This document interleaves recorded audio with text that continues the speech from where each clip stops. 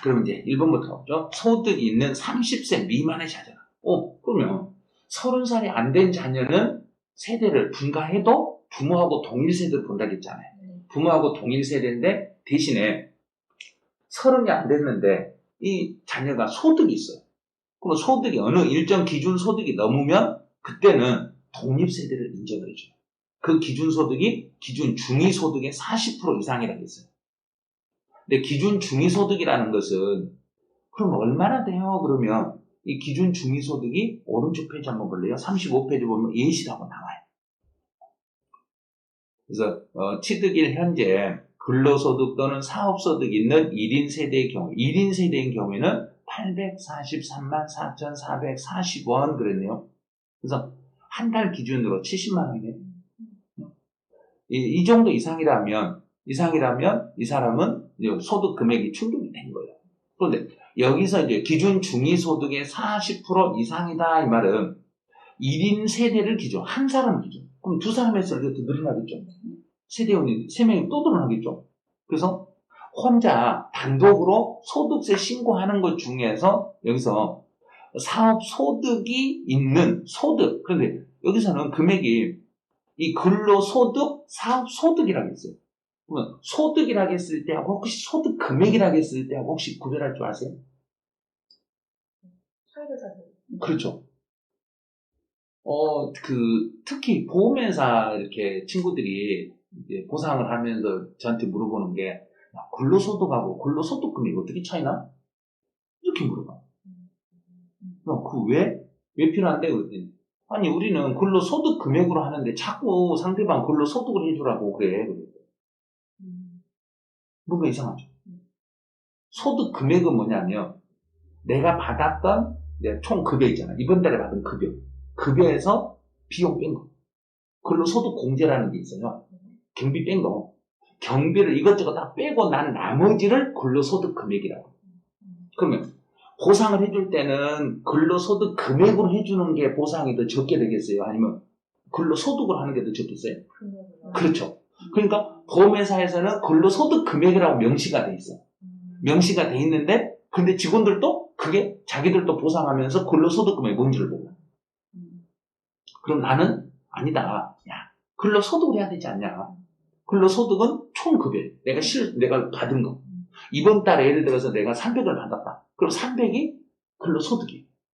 근데 거기서 근로소득 공제를 뺄 거 빼고 나면 300 중에서 이것저것 빼고 나면 예를 들어서 260을 받았다. 그럼 260이 근로소득 금액이 되는 거예요. 근데 여기에서는 근로소득이라고 했잖아요. 근로소득. 그렇죠? 근로소득이라고 했으니까 총 내가 받은 거란 말이에요. 그런데 실제로 이번 달에 받은 게 70만 원. 근데 70만 2,870원이니까 혹시 알바하면 한 달 알바하면 그 시급으로 최저 시급으로 얼마 나가요? 한 달에 총 금액으로 얼마 정도 나가요? 4, 50. 그러면 그분들은 여기 해당 안 되는. 그렇죠. 그러니까 정식적으로 정규직으로 가도 한 달에 요 금액이 넘어야 된다. 이 세대 혼자 할 때는. 근데 요거를 따져야 되고 만약에 이 소득 금액에 미치지 못하는 2년 이내 소득이 요 금액이라는 2년치로. 그래서 1년치로 1년치 중에서 12개월로 나눠야 되고. 근데 대신에 이게 어떤 내용이냐면 이 소득이 그냥 잠깐 들어오고 말고 이건 안 돼. 절대 안 돼. 여기서 기준 중위소득이라는 건 계속 반복적으로 연도 중에 계속 들어오는 돈을 평균으로 내는 거지. 이번 달에 내가 예를 들어서 많이 들어오고 한 몇 개월 안 들어오고 어쩌다 돈 들어오고 그걸로는 판단 안 돼. 그래서 정식적으로 국세청에 계속 소득세 신고하는 사람만 혜택을 주겠다는 얘기예요. 그런 분이 아니었을 때는 혜택이 안 되는 거예요. 그래서 여기 근로소득하고 소득 금액이 차이점을 이제 알았을 거예요. 소득은 총 급여를 말하는 거고 그러면 여기서 사업소득이라는 것은 전체 매출을 말하는 거고 사업소득 금액이라고 하면은 매출액 중에서 경비 빼고 비용 빼고 나머지 실제로 남는 거 그게 소득 금액이에요. 그러면 보상을 할 때는 전체 예를 들어서 총 매출로 보상하는 게 좋겠어요. 그 경비 빼고 난 그 사람이 실제로 받은 금액으로, 소득 금액으로 하는 게 낫겠어요? 그럼 주는 사람 입장에서는 경비 빼고 주는 게 낫겠죠. 근데 받은 사람 입장에서는. 그렇죠. 그러니까 보험회사하고 일본이나 싸우는 거예요.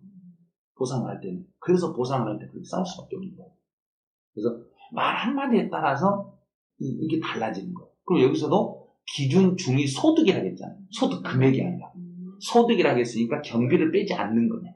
경비 빼지 않는. 그런데 일반인들이 어떻게 읽어내냐? 못 읽죠. 읽을 수가 없는 건데. 그래서 이제 다시 한번 이제 왼쪽으로 다시 34페이지 한번 딱 보시면, 이제 미성년자인 30세 미만인 자녀의 독립된 세대 적용 시 소득 요건으로 관리. 내가 주택을 예를 들어서 만약에 제가 이번 달에 75만 원을 내가 혼자 사는데 내가 75만 원을 벌었다. 그럼 그 75만 원 가지고 주택을 유지 관리할 수 있는 능력이 되겠는가? 내가 집 한 채를 가지고 있다. 그렇다고 어떤 거 아니겠나요? 아니. 여기서 보면요. 주택을 관리, 유지하면서 독립된 생계를 유지할 수 있기 위해서는 소득의 계속성 여부와 생활의 독립성, 다양한 사항을 종합적으로 고려하여 사실상 독립된 세대를 구성 판단합니다. 여기서는 이 판단은 우리가 하는 게 아니라 누가 하겠다는 얘기인가? 그렇죠. 전부 본인들이 하겠다는 얘기예요. 본인들이 판단해서 거기 조건에 맞으면 봐주는데 안 맞으면 안 봐주겠다는 얘기예요. 이 기준이 그런 거예요. 그래서 이제 소득의 범위 보시면 일시적이고 비경상적 소득 및 현금 유입 등에 동반하지 않는 소득을 제외한 계속적이고 반복적인 소득만을 의미합니다. 그랬어요. 이런 것들. 그래서 어쩌다 돈 들어온 건 안 되고, 그리고 자기가 내 집을 유지하려면 고정적으로 계속 돈이 들어와야 된다는 얘기예요. 그럴 때만 인정을 해주고 그렇지 않으면 안 된다는 얘기예요. 그 다음에 또 소득 산정 기간은 주택 취득일로부터 과거 1년 동안의 소득으로 판단하는 거예요. 1년 동안. 근데 1년치 가지고 기준이 부족하면 2년치를 가지고 해줄 수도 있다는 얘기예요. 2년치로 해줄 수도 있는데, 근데 대신에 1년치가 계속 반복으로 돈이 들어온 게 있어야만 인정을 해주겠다는 얘기예요. 여기까지는 이제 30세 미만인 자녀는 소득이 그냥 우리가 알고 있는 기준소득 40%라는 게 그냥 기준소득 40%가 아니라 정부가 최종적으로 승낙을 해야 돼요. 허락을 해야만 인정된다는 걸 알았을 거예요. 자, 두 번째, 이제 동거봉양 합가예요. 이거는 뭐냐면, 부모를 모셨을 때, 혹시 부모님 모시나요? 네, 저는 엄마 모시고. 그래요? 그 어머님 연세가 어떻게 돼요? 73이요. 그럼 이제, 부모, 여기 해당되네요? 네. 65세 이상의 부모. 근데 부모 중 어느 한 분이 65세 미만이어도 상관없어요. 두 분 중에 한 분만 65세가 넘으면 돼요. 그래서 동거 공양하기 위하여 30세 이상의 자녀. 그런데 30살 아직 안 되셨어요? 넘으셨어요? 그랬으면 좋겠어요. 안 된 줄 알았어요. 우리 마스크만 쓰고 있어가지고 나이가 어떻게 되는지 잘 모르니까. 그래서 30세 이상의 자녀와 이제 부모가 65세 넘는 부모가 세대를 합쳤어요. 여기서는 자녀가 합가한 경우라고 되어 있죠. 합가. 여기서 합가라는 게 일단 세대, 나도 세대, 부모도 세대 있는데 세대를 둘이 합쳐가지고 한 세대로 바꾸는 거예요. 그래서 이제 부모님 세대 밑으로 혹시 들어가셨어요? 내 밑으로 부모님이 들어오셨어요? 제가 엄마 밑으로 들어가요. 어머님이 제일 위에 세대주라고 되어 있죠. 네. 세대주라고 되어 있고 어머님 바로 밑에가 내가 바로 밑에 써져 있죠. 그러면 그게 세대 합가가 돼요. 그럼 뒤에가 세대 합가 이렇게 기록이 돼요.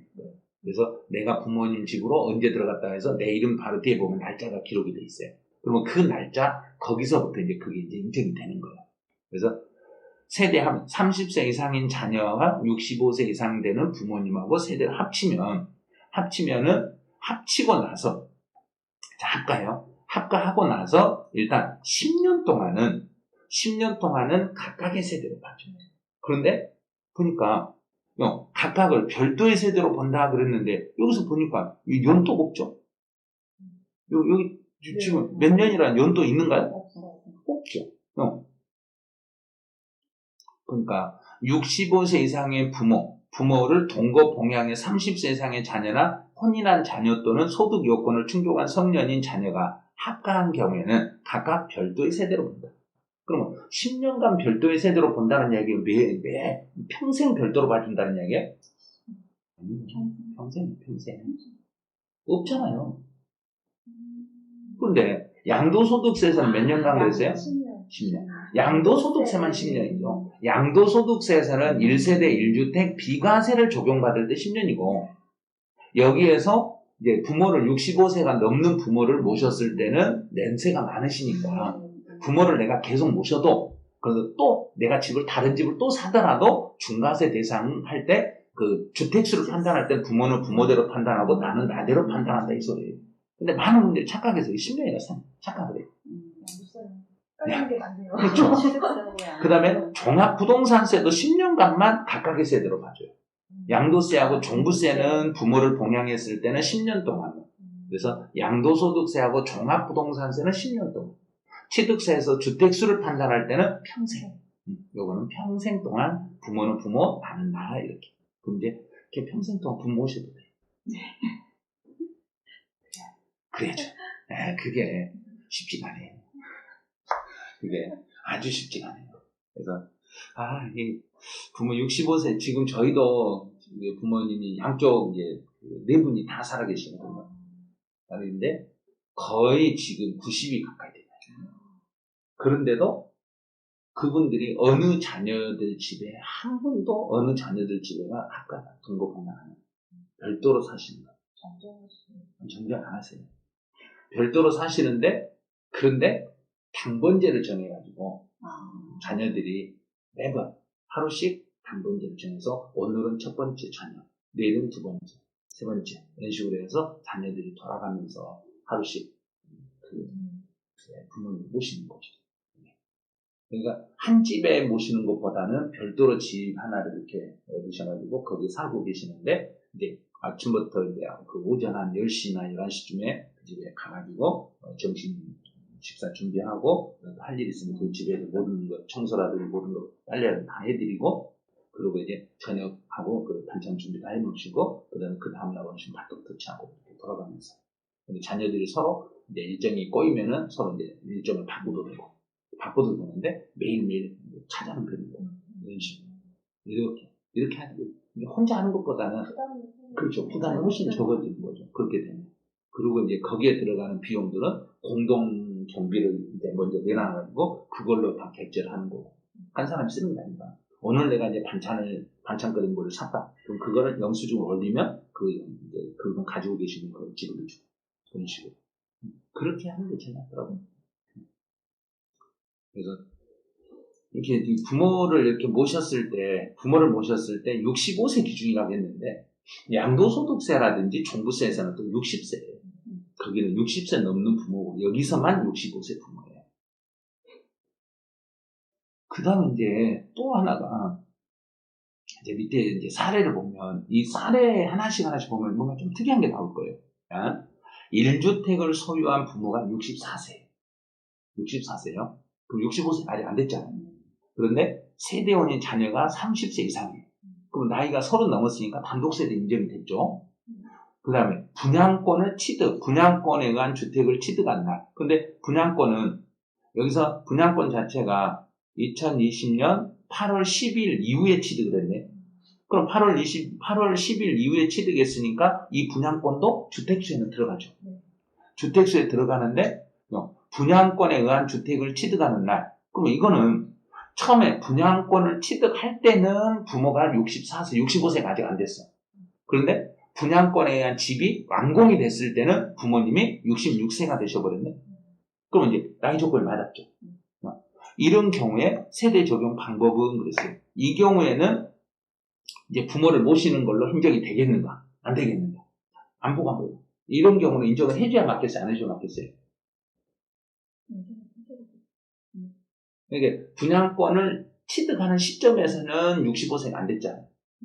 근데 그 분양권에 의한 주택이 완공이 돼가지고 입주 시점에서는 부모님이 65세가 넘으셔버렸죠.